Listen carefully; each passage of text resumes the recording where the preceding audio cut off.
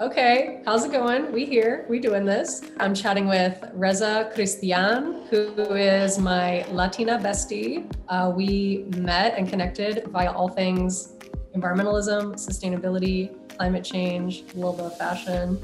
And she is the founder of Sustain the Mag and also does some really dope partnerships and marketing work with TikTok. Thank you so much. And I'm now chatting with Deandra Marizette. You are the co-founder of the awesome, badass intersectional environmentalist, as well as a conscious curator and just overall advocate for both people and planet, and an amazing friend. So I'm excited to chat with you today. All right, cool. So I think that to kind of take it all the way back, we met, when did we meet?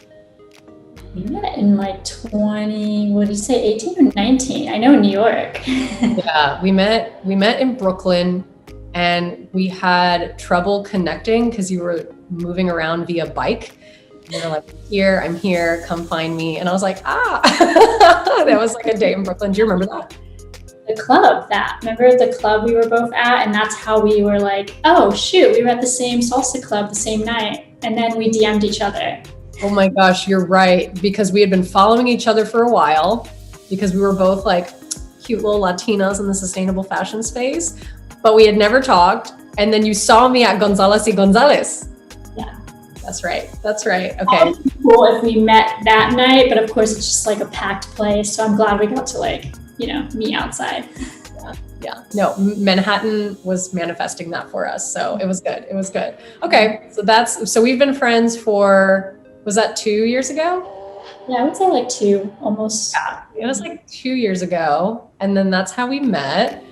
What do you feel like in those early days was that initial moment of bonding? Like, what was our first moment where we were like, damn, we're going to be friends? Am I allowed to go?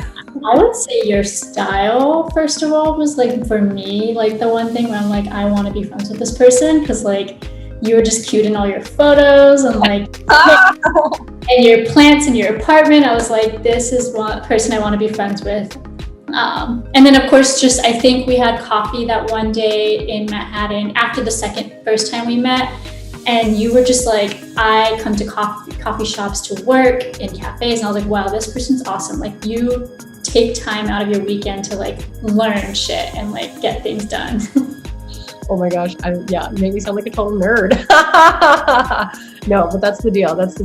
I think that for me, there was, oh my gosh, and you perfectly captured how I felt about you when you were talking about that meme with the little raccoon that was like, I'm not baby, I want power. I love that meme so much. And I think that was your vibe. Like, you were so sweet and you were kind of quiet, but you had like all these really powerful ideas and stances. And you were just like so ready to surprise somebody with like how hardcore you felt about stuff. And I thought it was such a like humble but strong way to be. And that was like my initial like, damn, this girl's a badass. I want to be her friend. I think it's like we balanced each other out, because like you were very like, you knew what you wanted to do. You were going to get it. And maybe I was a little timid and like, a little intimidated by you, just because like you're like this beautiful woman with beautiful hair. And I'm just like, we balance each other out because of that. Yeah. No, I mean, I couldn't rock a pixie like you, so it's fine. So, okay, obviously our very strong journeys around advocacy brought us together, and all things sustainable fashion and environmentalism. But when did your environmentalism actually start? Because it was obviously way before you met me. Yeah, I would say as a young child. And I feel like you'll probably explain your story soon, but I feel like it was very similar. Like, I was a young child, I loved animals, but I remember reading a book and then watching a film called like I think it's like Fridge to Farm or something like that. And then I became a pescatarian at the age of 12. And then I remember doing, and this is where I'm like, I realized my environmentalism was wrong, because I did a speech sophomore year of high school about how the end of the world's gonna happen in 2050, and if we all eat no meat, we'll be fine. we all know now that's not how to fix the planet. And then I guess also being from a Mexican household and like reusing stuff, like we would always go to Yogurtland, which is based in California, and essentially like reuse the spoons and reuse the, cups and all of that. And then I would also, coming from like a lower middle class income household, we would, for extra cash, just like with my siblings, we would, recycle plastic bottles for cash and cans. And I remember going to Disneyland because we accumulated so much water bottles. We had like a full garage of bags, and then we would go, and it was like our bonding moment with me and my siblings. So in a sense, it was like being resourceful is what led me to caring about the planet. And then obviously going to college, I got more educated and realized there's other things and other factors for helping out the planet and the people. Yeah. Oh my gosh. It's funny that I've heard you say that in a number of ways, like a couple different times. And I've also been in your home like a bajillion times now. And I've seen your kitchen drawers full of those hoarded plastic spoons and cutlery. And I'm just now like making that connection to your background. Like, wow. So no, that was great.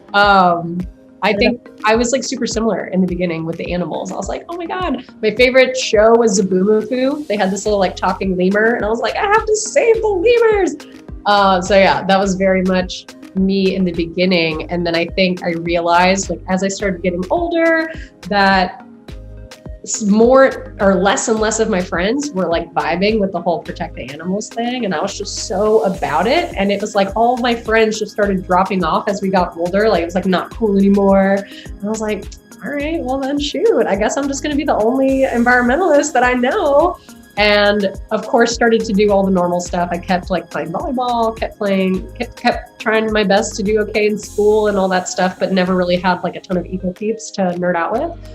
And eventually when I moved to New York and started working in the fashion industry and like simultaneously pursuing like this unpacking of sustainability for my own environmental journey, I learned really quickly that there is a tremendous amount of guilt when it comes to like unpacking sustainability and environmentalism. And that's probably why I had lots of friends that just kind of like dropped off. Because when you're a kid, you're like, nothing's my fault, so I can learn about all this stuff. And then you get older and you're like, dang, look at all these bad habits I have. So I think it just like, I started to understand that it just got progressively difficult because of things like personal guilt for people to like vibe with me and my environmentalism, especially as I was unpacking in the fashion industry, that there's a huge human component, human rights component to like our older version of environmentalism too. So I know for you at some point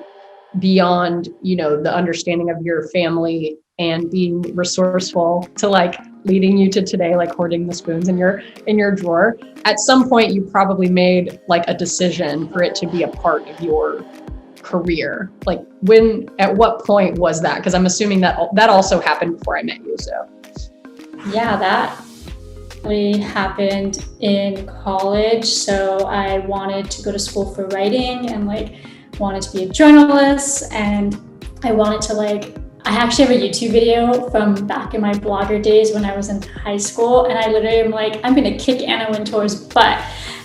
You can find that, and hopefully she doesn't hate me for that. But I really wanted to be the editor-in-chief of a big fashion magazine like Vogue or Teen Vogue. And then I started realizing fashion is such a huge problem within the sustainable or the industry, and for fossil fuels, and it's a big sort of problem within our climate and the crisis that we currently have. So then I realized, I feel like a lot of people watch True Cost and that awakens them. So I then decided, okay, I want to create a magazine that's online, just like Refinery 29 and Man Repeller and Vogue and Teen Vogue, but why can't it just be sustainable? But not just sustainable, because there were some blogs already out there. They were just very white, owned and pretty boring, and about yoga and getting smoothies, and nothing was tangible and fun, and resourceful and educational. So that's, I guess, where the spark came. I was instead of trying to be what Anna Wintour is, or like, you know, I'm going to just create my own. Instead of climbing the ladder and waiting, I'm going to just break the ceiling already and just like make my own thing. What about you? What led you to where you are today? Oh my gosh. With like IE? Yeah, I think that a lot of the things that informed why you wanted to start Sustain the Mag, like the missing ties to, you mentioned resourcefulness, so that came from like your culture. And I think that for me and so many people that are involved in IE and like the wider IE community, that was the missing link for us too, when it came to all of us trying to navigate our own journeys within environmentalism. And I get the question a lot, like, how did IE like blow up? And, you know, I think that we had so many people in our community that were struggling to communicate what it really meant to advocate for both people and the planet. Like, people just throw around people and the planet, but when you actually try to amplify the people part, people are like, no, don't talk about that. That makes me feel bad. And we're like, yo, like, we got to talk about it. So I think that people like you and I kind of building small moments of coalition on our own for so many years, so many people doing that. And then finally having a platform for everybody to be like, all right, like, that was kind of what I think inspired me and all of us to make IE what it is today. So it's like weird, like I can't even take personal credit for it because it's only a result of all the frustrations and the things that we've wanted to be able to talk about together for so long. So yeah, I think that's how it all came to be what it is now, because like we want to talk about people on the planet and we want to like reclaim our cultural identities in the process because it's such an important part of the narrative. So yeah, I'm excited that we've been able to like do cool IE stuff together, cool Sustain the Mag stuff together, and it's been so fun. It has been. No, I'm excited that we did get to meet when we did, because if you think about the pandemic now, like, it's harder to meet people, and the fact that we're both in Texas is just even like more of a miracle that we could collaborate in person and have a community here. So yeah, I'm excited what's to come with you and IE, and also your personal own brand as well. Oh my gosh, dang, I know. I need to like figure out how to spend a little bit of time. Like, I'm such a workaholic because, you know, that culture just trains you to like prove yourself, want to prove that like there's always that problematic embedded in your brain that like, oh, like I'm just a little brown girl and I have to like prove myself. So now we're dealing with workaholism and it's not cute. But yeah, like I think it's so important that I'm so passionate about my work, but need to like take a little bit of time for myself, whether that means like, you know, securing the bag for my own personal brand, or if that just means, you know, like reading some Mexican poetry just because I want to. But yeah, I know that you are working at TikTok right now and you're doing Sustain the Mag, so you're like hella busy all the time. Do you feel like you have ample enough time, and do you take the time to like do your own thing and rest? Like, how has that journey been for you? I try. I feel like I'm also a workaholic. Like, I was working until 10 p.m. last night, and that wasn't even on Sustain. It was like just doing my full-time job from like 9 to 10.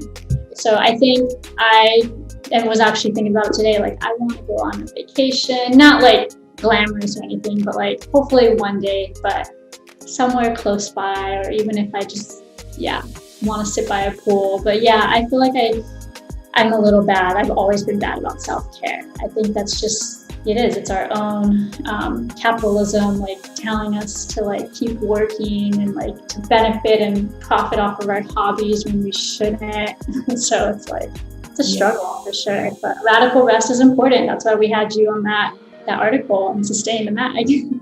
Exactly. Yeah, no, it's so important. And I think that the question I keep asking myself now, whenever I find myself working till like 10 p.m. is based on what deadline. So like sometimes you get into modes or moments in time, especially for us, Earth Month is so busy, but the other 11 months of the year, I'm like, I'm out here working till 10 p.m. based on what deadline? Some deadline I invented myself that doesn't actually exist. So yeah, I've been asking myself that question super regularly and have been convincing myself to actually log off at like 6:30 and cook dinner and read and shower and Yeah, it's been nice. When we're workaholics, we don't shower. It's not okay. Like, oh my, Brush our teeth, wash our face, like all of that. yeah, we got to hit this skincare routine, like. But just to shift gears a little bit, I want to take it like back to fashion, because that was one of the things that connected us really well that I loved, like even within the scope of sustainability. So fashion is changing a lot right now because the sustainability narrative was already challenging the industry. And then beyond that, now we're honing in on this idea of intersectional environmentalism, which is also going to have implications for the way that fashion brands start to, market their campaigns and really storyboard and things like that to make things feel more impactful and meaningful. So I'm wondering, from your perspective, as somebody who really appreciates the fashion industry, what is it going to look like for you? Like, in an ideal world for you, how will your favorite brands build an intersectional future through what they get to produce, through their storytelling and their marketing? That's a good question. I first want to say I think there needs to be less brands. I think there's so many popping up. Even though I think small businesses and like people, especially BIPOC communities, they should have the businesses. They should do what they can, allow their dreams to come true if they want to start a fashion brand.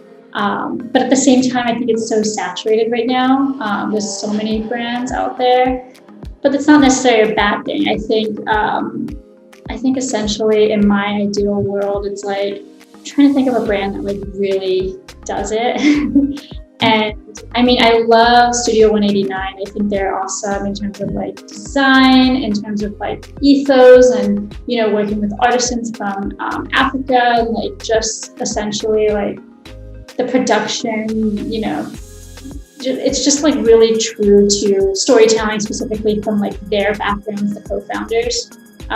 So I would say, like, in an ideal world, that is essentially what I would see more in brands, and not just like copying on trends and like trying to create multiple trends and products every season, even if it is made ethically, because maybe less is more.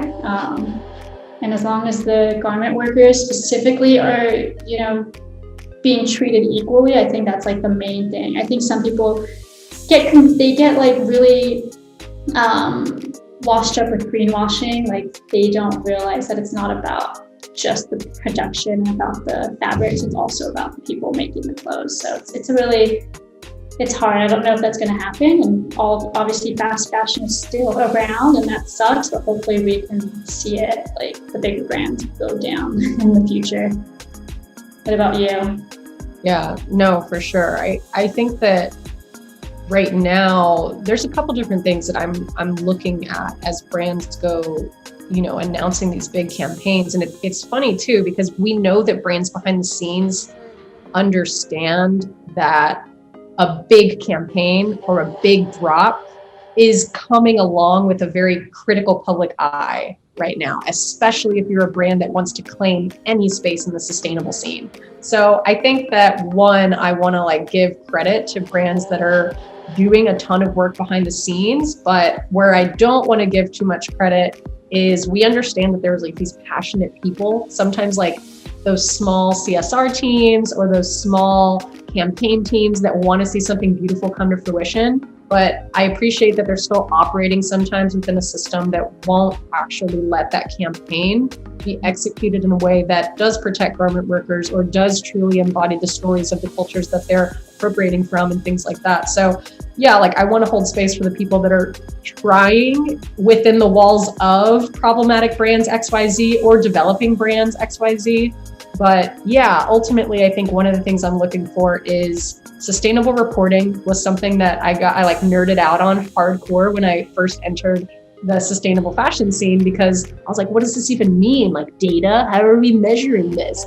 And I realized really quickly that it became super trendy to talk about carbon emission, measuring your carbon emission, measuring your water usage, and kind of talking about, well, last year we were using this much water and this year we're using this much water.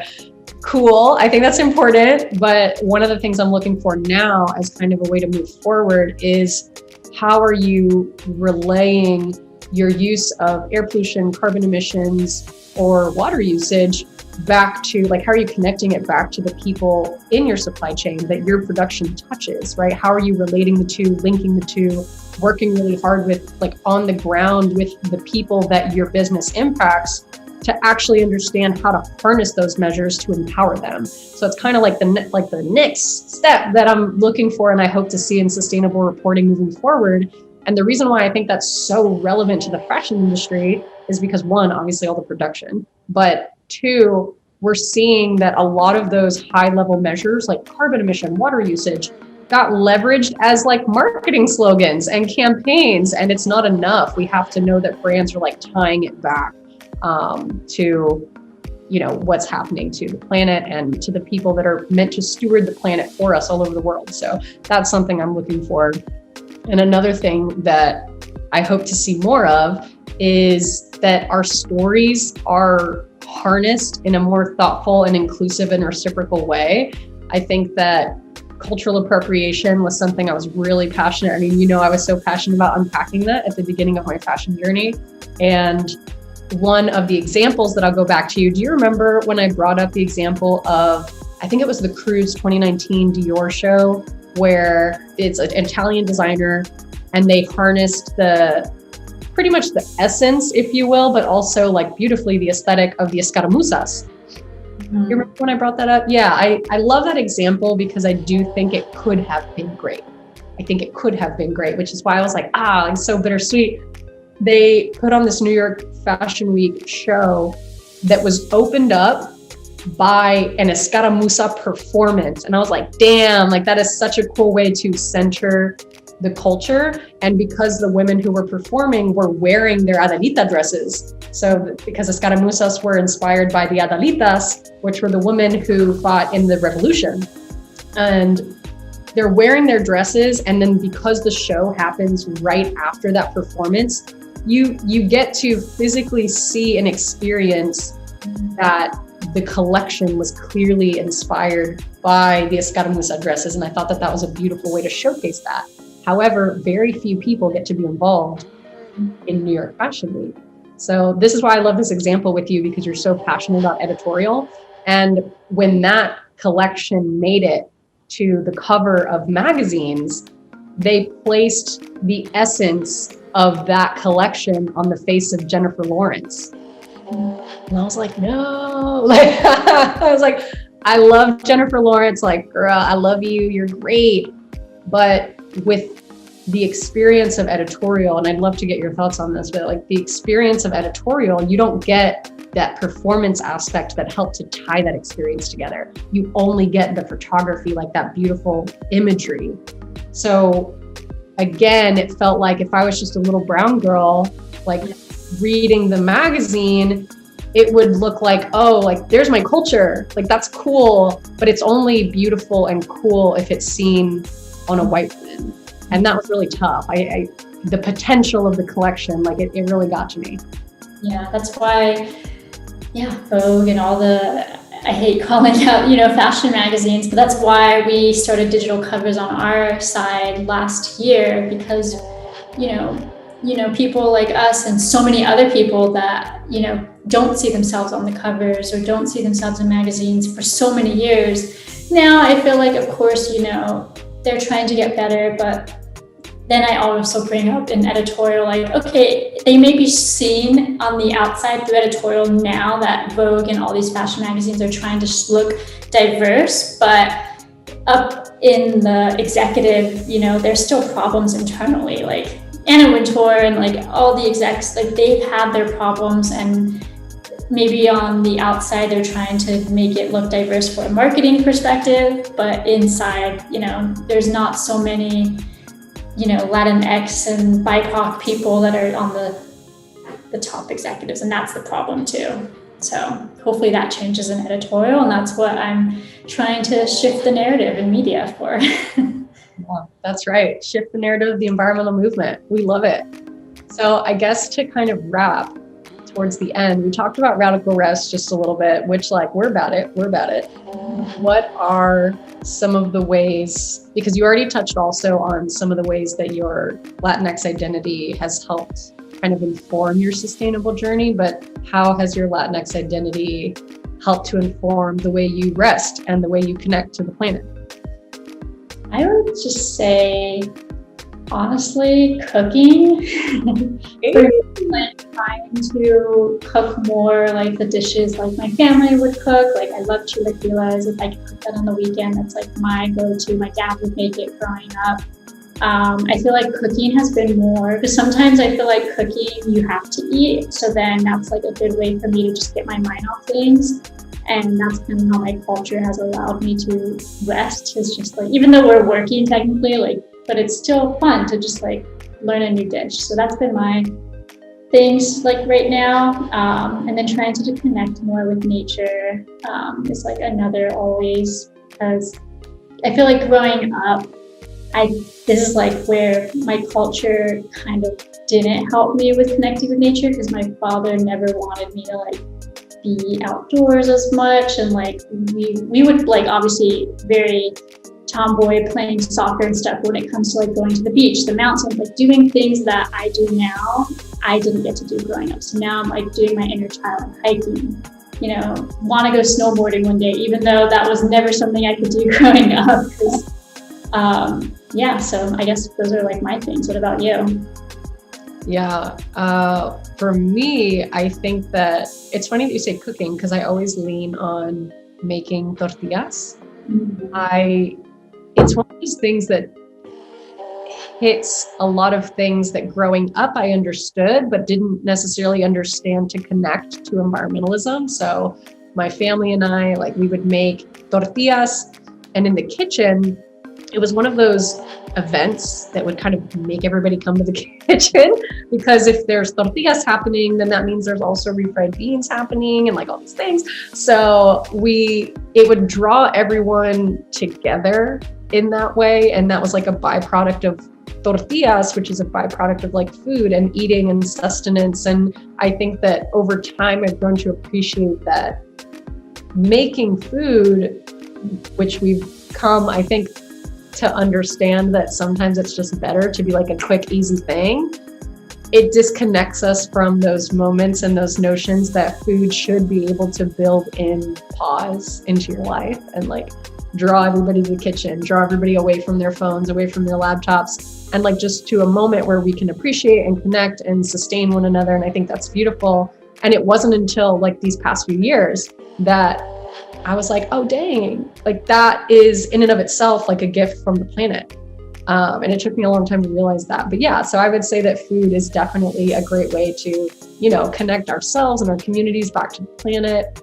And yeah, I mean, getting outside, I think I can definitely relate to not getting outside as much as a kid. I think that, you know, growing up in, you know, a Latinx community, my parents were always so protective of me, and they were kind of like, no te salgas a noche, mija, like stay inside and don't go too far. And so I was kind of like, all right, let me just stay in this house and play with my action figures then. So that was me growing up too. And I think as I've grown up, I've grown to appreciate why my parents were so protective, but also tried my best to find ways to safely reclaim the outdoors and feel good and safe and be able to like soak up the sun, because the sun is like everything to me. Like I love feeling, I could just lay out and like feel the beads of sweat, just like, oh, and I'd be so happy. I know that's weird. I like love to sweat.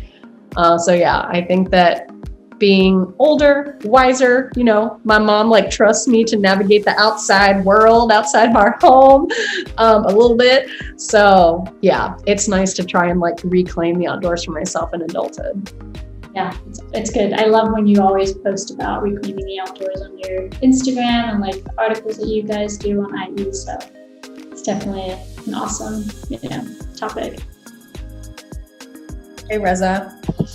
Ecofeminism is, I would say, being overall badass, inclusive, knowing that Mother Earth is and God is a woman, and that women are just powerful and they're going to be the ones that will be changing and driving action to not only our planet, but also the people on it, because we're just, that's just how it is.